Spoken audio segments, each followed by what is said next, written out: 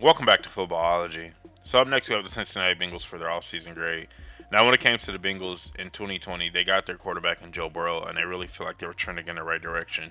Unfortunately, Joe Burrow goes down, and they only win two more games than the year they did prior. So now a lot of people are starting to question Zac Taylor. What is this team? This team ultimately does not have an identity outside of Burrow now, and I think, in my personal opinion, with the new school rebuild, you set yourself up for this kind of failure. You live through the quarterback, you die through the quarterback. If the quarterback's not in the system or at least in the lineup, then you really struggle. So with him getting hurt late in the season, definitely didn't help their cases. But guys like T. Higgins definitely showed them some signs that they're moving in the right direction with some of their draft picks. Jonah Williams, he came back and he gave them some quality snaps as well. But he's a guy that I think they're really putting a lot of faith into, and I think it's too much faith, especially with his position. He's a left tackle that I feel like should be playing guard. That's just my personal opinion. And then defensively, once again, like I said, the identity on the defense, I don't know what to expect from this defense. I love Jesse Bates. Jesse Bates at the safety position is really strong. I think he's a really quality player. I think he's one of the better safeties in the league right now. But you look at their front, especially losing Carl Lawson, what is their pass rush? They've been losing pass rushers over the last couple of years, and I feel like they haven't done anything to truly get into or address that. So in 2020, for them to go, what was it, 4 and 4? I'm about to say 4 and 15. For them to go 4 and 12, it doesn't really surprise me because this is a team that just doesn't have an identity or at least something, because the thing about having an identity or something or a culture or anything like that, it gives you something to fall back on when things start to really shake up.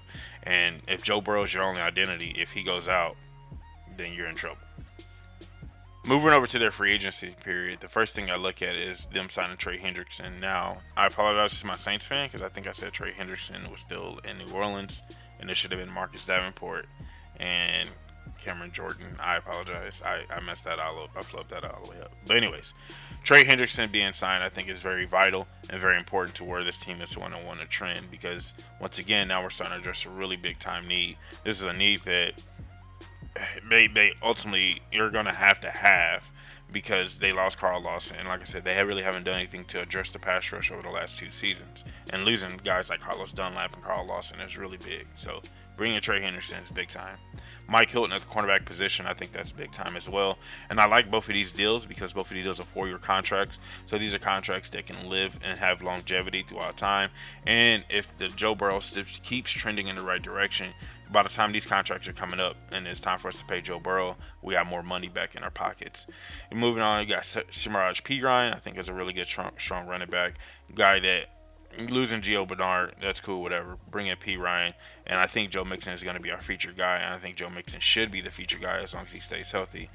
Chobi Owuzie, I think I butchered his first name, but at the cornerback position, once again, a really strong and solid signing. I think it's very important because Owuzie was pretty decent when he was in Dallas, and I think he can still be decent within the system that the Cincinnati Bengals run. Michael Thomas. It's not the real Michael Thomas. It's the other Michael Thomas. We're not going to talk about that. Riley Reef at the tackle position. Now, it says LT. I would personally, like I said, I don't care for Jonah Williams playing left tackle, but I really like for them to kick him in the guard. I think he'd be a better guard than he would be tackle. If he still has the ability to pass pro, that's cool, and we can just lean on people as far as run game. But getting a true left tackle in there, or somebody I feel more comfortable with the left tackle position, I think is very vital.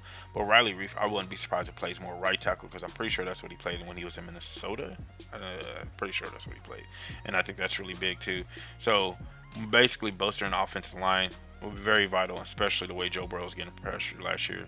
Larry Ogunjobi, I think he's a really good defensive lineman in the middle of that defense. 1-year contract. Somebody can just get in there and fill some voids and fill some gaps. Quentin Spain, I think when he was, I want to say in Tennessee, Tennessee had one of the better run offensive lines in the league, and he was part of that offensive line. And I think that that's really vital. And so we're trying to improve our run game. We're going to improve our pass protection by just increasing our offensive line play, and I think that's really important. Now it says Eli Apple, but I think he got cut, but I can't remember. Eli Apple, that man can't catch a break, but I think he was a really pretty. I thought it was a pretty decent pickup for them as well. Mike Daniels has been bouncing around the league, but he's Jordan Evans at outside linebacker. I think that's really important too. Add some more depth to that linebacker position. I think it's really, really important because I think they need to start to create or form some kind of level of identity at the linebacker position. Scrolling on, Trent Taylor at the wide receiver position, another, I think he's a slot receiver, so that's really good and strong for them. And we're gonna stop right there. But ultimately, I think the biggest standouts in this whole entire free agency period to me are Trey Hendrickson, Quentin Spain, and Riley Reef. I think those are guys that are going to add value instantaneously at signing. Awuzie is another good one as well, but all those guys are going to add instantaneous value at signing because once they sign with the roster, once they get in the camp, and once they put them in the right positions, you're going to automatically improve that position just with those guys alone in that position. Now, these are not a crazy elite, big name time players, but what they are, they're going to give you good production and the production that you didn't have the year prior or 2 years prior, or at least through the whole entire time Zac Taylor's been there. So I think at this point it's really important to have guys like that. They're just true, strong, foundational pieces. So now when we move over to their draft class, first thing we see is Jamar Chase, and everybody was kind of excited about that, but I didn't like it. It was a luxury pick that I feel like this team didn't have the luxury of making. I get it. He was Joe's dude. Him and Joe clicked and blah, blah, blah. Chemistry, all that good stuff and all that cute, pretty shit. All right, cool. Whatever. I'm on board with that. I can live with that. But ultimately, it wasn't what was right for the team. I know Joe is supposed to be part of this whole rebuild process, and Joe is supposed to be our focal point and our foundation piece, if you will. But we had to do what was better good for the team, or better good if that's a thing. We had to do right what was right for the team, ultimately, more than what was just we thought what was right for Joe. But I will admit the rest of their draft actually makes sense because they did go skill position, but then as you can see through their next couple of picks, they addressed the trenches recklessly, and I love that.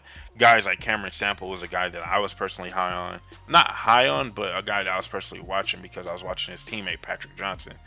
Now, with Sample, he's going to add some edge rusher. And you see they got Joseph Osui. I can't even say his name. The Texas edge rusher, and I thought he was pretty quick and good as well. So they got some definitely good edge rushers. They got another LSU boy in the middle of the defense. And then as you can see, now I wish... I'm okay with the defensive line being as high as it is, but I wish they would have kind of put a little bit more emphasis on the offensive line in the later rounds. But guys like Deontay Smith, I think that's a really good pickup for them. And just address the line. This is it. Just address the line. Then Chris Evans is another little crazy little throw pick in there. Trey Hill, I heard some good things about him at center position. And then you see Herbert. I can't even say his name. Wyatt Herbert. Now him personally, I remember watching him a year ago, and he was a pretty good edge rusher coming from K-State. So ultimately, their draft class, in my opinion, resembled what this team ultimately needed. It was one of those things where their offensive line was shaky and they needed to come in, at least create competition. You're not looking for an instant starter, but at the same time, you want to push the guys that you currently have on roster. And then if somebody shows up and shows out, then so be it. But you definitely want to have that opportunity to create competition there, and that's something that they did through this draft class. And like I said, the fact that they got Jamar Chase in the first round, which is cool, I'm not against it. I felt like you could have did something else. Like we could have got 2 receivers in a later round if we would have went doubled up on offensive line in the first 2 rounds, in my opinion. I would have rather do it that way if you really was trying to address the receiver position, which I didn't feel like was a position you were really hurting at with T. Higgins showing up and Tyler Boyd being there and Autumn Tate. You had some good bodies there already in place. Receiver wasn't your dying need. And so if you felt like you needed a receiver that bad, at least try to create more value with the pick and see what the buzz was around the other draft rooms. And if Jamar Chase wasn't really that highly sought after by other teams, maybe we mess around, trade back, have a team come up and try to get a quarterback of some sort, and then we create more value with the pick and probably still get Jamar Chase in ultimately in the same whole thing. I don't know where I'm trying to go with that, but you guys get what I'm saying. Trade back, get your guys still, and still create more value at the same time. So I'm indifferent about it, to be honest, but at the same time, I get it. It's just, I personally I wouldn't do it.